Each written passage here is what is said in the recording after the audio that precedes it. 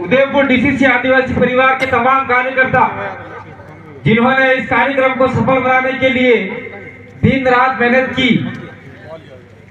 अपनी बात शुरू करने से पहले मैं तमाम महापुरुष के जो आदिवासियों के लिए लड़े और उनको अधिकार दिलाए, उन सभी को नमन करते हुए मैं मेरे छोटे भाई जगदीश पांडव का नमन करना चाहूंगा, क्योंकि आज उदयपुर के जन जागरण में अमित खिलाड़ी, जगदीश पांडव और पूर्व में जो आपका जिला नहीं था, जिला बना जीतू कटारा वाला सलूंबर और अन्य साथी, नाम लेने से क्या होता है दूसरे साथी नाराज हो जाते हैं। उन सभी को मैं आभार करना चाहता हूं कि आपने जो हमसे बातें सुनकर जन जागरण किया और लोगों को जगाया, उसके लिए आप सभी को मैं आभार व्यक्त करना चाहता हूं। हम लोग जो आरक्षण की मांग कर रहे, महारैली की मांग कर रहे, मैं अपनी बात शुरू करने से पहले यह आरक्षण क्यों है, किस हिसाब से मिला है, इस पे फोकस करना चाहूंगा, क्योंकि ये यहां बोलने की बात नहीं है, लेकिन फिर भी बोल देता हूं। आदिवासी हो, चाहे दलित हो, चाहे कोई भी आरक्षण वर्ग का व्यक्ति हो, उसको आरक्षण आर्थिक आधार पे नहीं मिला है। आर्थिक आधार पे मिलता तो आपके जनरल वर्ग भी आरक्षित हो जाते। उनको 10% मिला वो बात अलग है, वो गैर संवैधानिक है, लेकिन जो आरक्षण हमको मिला है, ये आरक्षण हमारी सभ्यता, हमारी संस्कृति, हमारा रहन सहन, हमारी वेशभूषा, हमारी बोली के आधार पे आरक्षण मिला हुआ है। और आज की तारीख में हम जितने भी लोग हैं जो आदिवासी कहते हैं अपने आप में, वो इस संस्कृति को धीरे धीरे खत्म कर रहे हैं। इसलिए जो आरक्षण विरोधी लोग हैं वो चाहते हैं कि आदिवासी अपनी संस्कृति खत्म कर दे और उस संस्कृति में आ जाए। वो क्या कहते हैं, आदिवासियों को मुख्य धारा में जोड़ना चाहते हैं। क्या घंटा मुख्य धारा में जोड़ना चाहते हैं? आदिवासियों का आरक्षण खत्म करना चाहते हैं वो लोग। और आप लोग कहना चाहता हूं मैं, ये इतना बड़ा पन्ना दिया है, 34 पॉइंट है, और इस पॉइंट को पढ़ के भी अगर आपका दिमाग तीन मिलाया नहीं, तो आने वाले समय में आप पीठ पिला जाओ। लोग आपके पीछे पड़े खत्म करने के लिए। इसलिए आप भाई रखो भाई, खड़े मत होना, पास ही बैठ के पकड़ के बैठना। और आपके आजू बाजू पुलिस प्रशासन है, उसका मैं धन्यवाद देना चाहता हूं। मैं कहना चाहता हूं कि ये आरक्षण न तो कांग्रेस ने दिया, न बीजेपी ने दिया, न किसी और ने दिया, न नई पार्टी ने दिया, किसी पार्टी वाले ने नहीं दिया। ये आरक्षण हमारे आदिवासी महापुरुषों ने लड़ झगड़ कर अंग्रेजों से लिया है, और ये आरक्षण 1874 से मिला हुआ है हमको। उससे पहले भी आरक्षण हमारा था। और कहते हैं कि आरक्षण देश आजाद होने के बाद मिला। ये देखो झूठी बातें करते हैं, इसे जुमला फेंकते हैं कि 15 करोड़ आपके खाते में दे दूंगा, घंटा ही नहीं दिया, आप लोग ताले बजा रहे हो, बजाओ, हमारा क्या लेना देना भाई। मैं इस पर्चे में से ही बात उठा के बताऊंगा आपको कुछ। अपनी बात खत्म करने से पहले थोड़ा घंटी मत बजाना भाई, क्योंकि पीछे व्यक्ति है, बोलने वाले सांसद हैं, एमएलए हैं, शायद 2 एमएलए और आने वाले हैं, लेडीज हैं और पूर्व संयोजक बीपीएमएम के भी हैं। लेकिन इस का बीच बोले में हमने बहुत सारा मेहनत किया है। आज जो आपके सामने बोल रहा हूं, वो भी मैं आधा शरीर लेके बोल रहा हूं।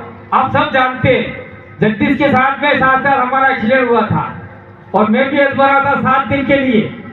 और उस समय ये बैठे आपके बीच में राजकुमार जी तत्काल हॉस्पिटल में आए और सारे को बुलाया और हमारा इलाज करवाया, तो आपकी इसमें मैं जिंदा हूँ।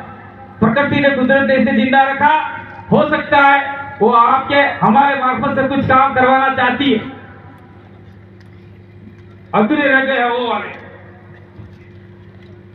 मैं सबसे पहले ये जो 9 नंबर का पॉइंट है, ये जिलेवार पॉइंट में मैं नहीं बोलूंगा। ये संपूर्ण अनुसूचित क्षेत्र एक जोन है, एक राज्य है, आंशिक रूप से राज्य है ये, और भी प्रदेश का पार्ट है। उसके अंदर जितने भी खनिज, माइंस, मार्बल, रेती जितने भी निकलते हैं वो सारे के सारे प्रभुत्व और एकाधिकार किसका है? किसी आदिवासी का है क्या? किसी का नहीं है। तो रेत भी आदिवासी निकाले, पत्थर भी आदिवासी निकाले, सोना भी आदिवासी निकाले, जावर माइंस में जो भी सोना निकाल कर आदिवासी के नीचे सारा खबा कर दिया है। ऐसी खानों के अंदर जो भी सोना निकलता है वहां तो सबसे पहले हम निकालने नहीं देंगे। अगर सरकार चाहती है निकालना है तो आदिवासी सोसाइटी बनाकर उसको अधिकार दिए जाए और आज में बैठे हुए तमाम लोग वो सोना निकाल कर सरकार उससे खरीदे। ये आरक्षण भी हमको मिलना चाहिए। ये बात इस पर्चे में लिखी हुई है, लेकिन किसने पढ़ी नहीं है, समझा नहीं है। इसके बाद में आपका 16 नंबर का पॉइंट है।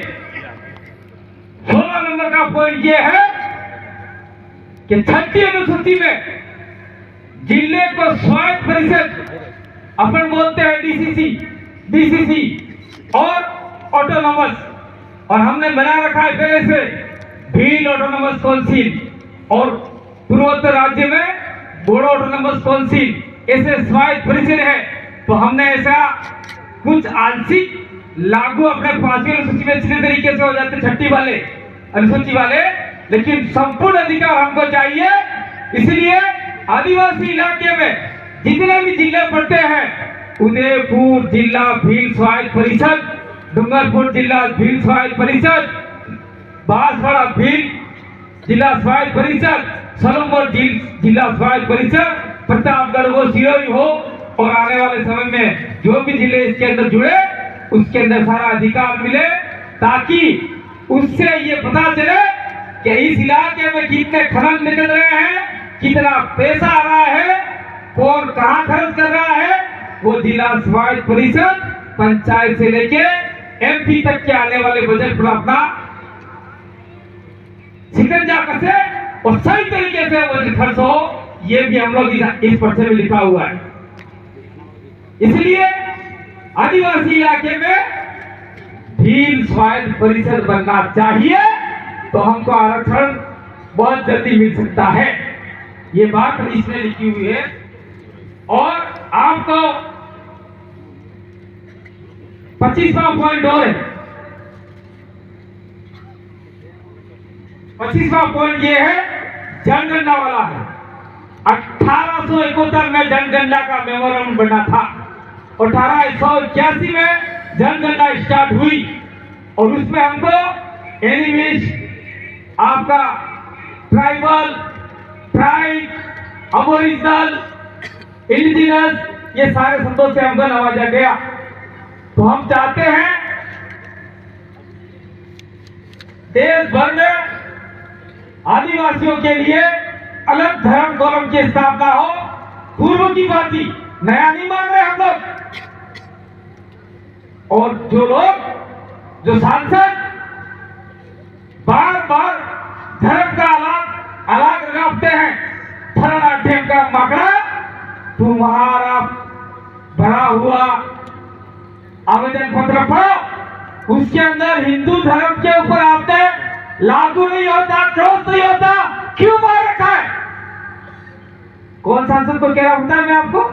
इसी सांसद को कह रहा हूं, ये आपके डूंगरपुर के राजकुमार जी है, उदयपुर सांसद को कह रहा हूं कि आपके आवेदन पत्र में हिंदू धर्म वाला क्रॉस क्यों मार रखा है? लागू नहीं होता, मार रखा है। और सारे हमारे जो आदिवासी नहीं जानते उनको कहते हैं ये वो ढगड़ा पागड़ा भूस खराब कराते रहते हो, समझ नहीं पड़ता। दूसरा, जो हमारे जिले हैं, जिले में पूरा उदयपुर आदिवासी इलाका नहीं है, तो उसके अंदर मावली, वल्लभनगर, कुरावट, भिंडर, बड़गांव, कुंभलगढ़, राजसमंद, भीलवाड़ा, सिरोही, पाली और जालोर के कुछ इलाके आते हैं। वहां पर आदिवासी समुदाय अधिकतम है, 50% से ज्यादा है।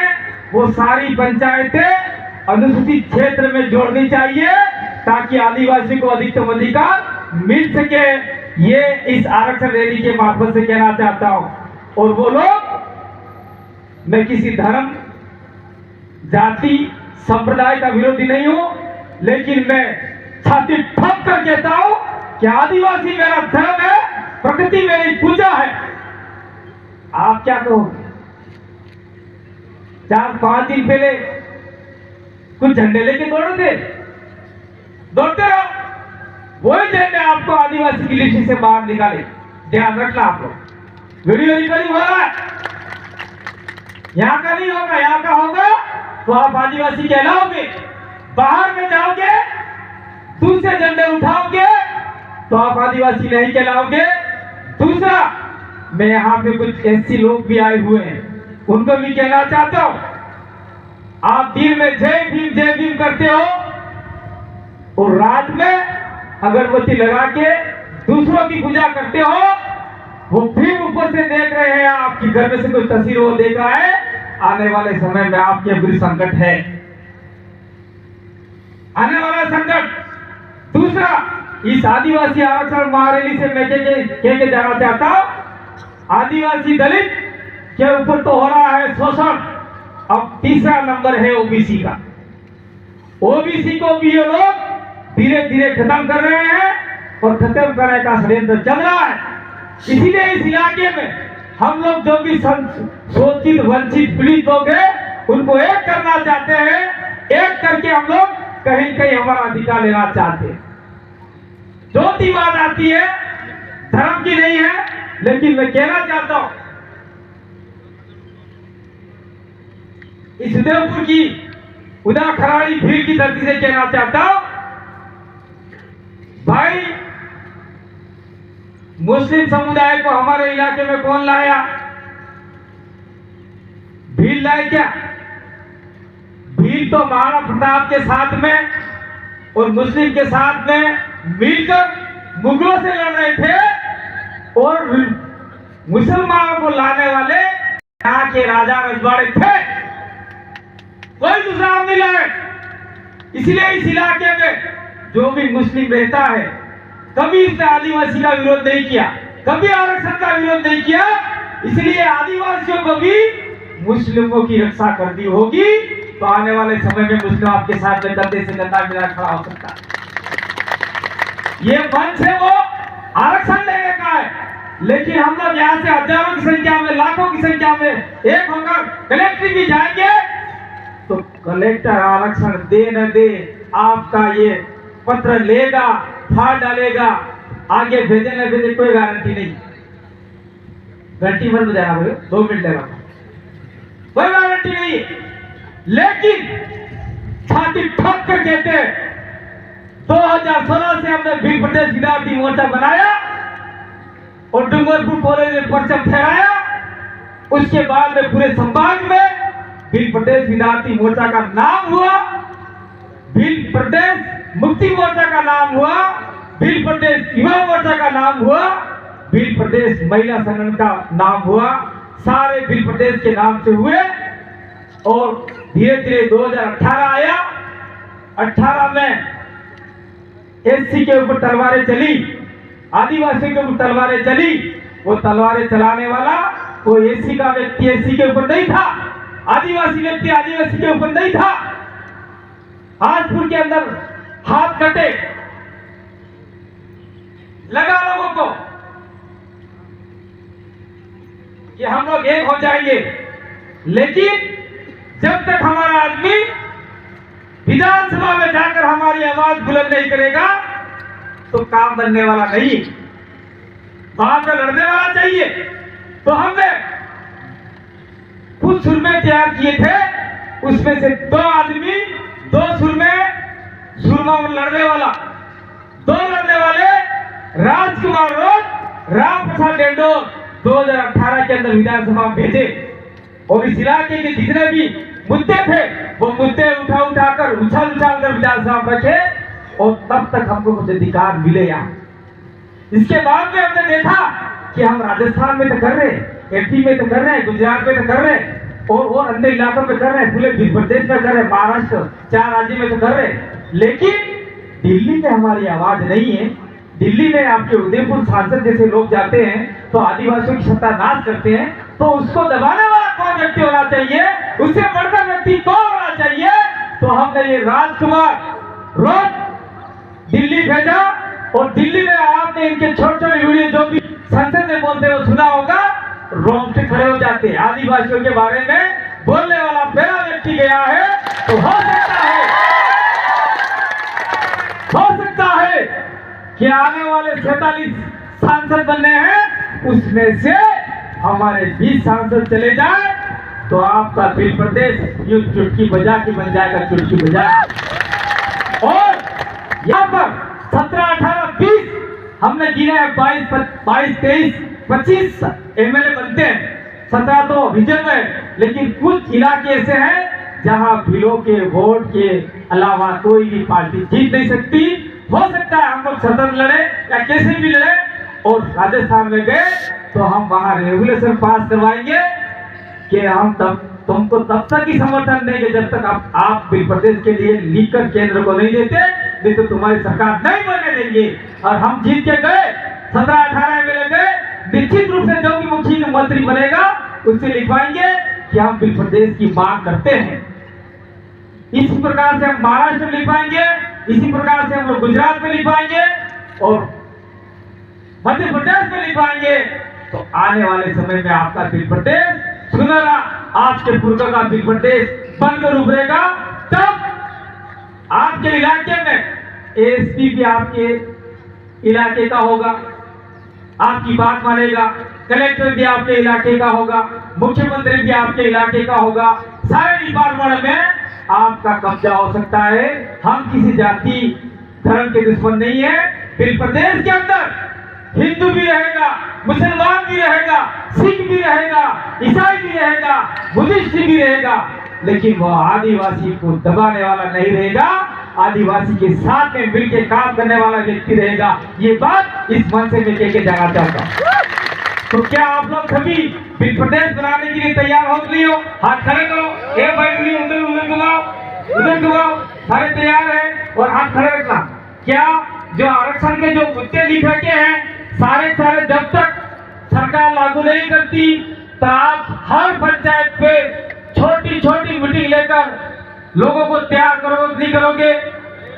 और आने वाले समय में हम इसी संभाग पर लाखों की संख्या में रख दो, लाखों की संख्या में उदयपुर का घेराव करेंगे। कलेक्टर का नहीं करेंगे, अब करेंगे हम लोग जनजाति विभाग का। उनसे कहेंगे कि हमारे इलाके में आप लोगों ने क्या किया। और बहुत सारी कहने की है। लास्ट बात ये कहना चाहता हूं कि टीएससी का ट्राइबल है, थावरचंद भाई एमएलए साहब आ चुके हैं, बैठ जाइए।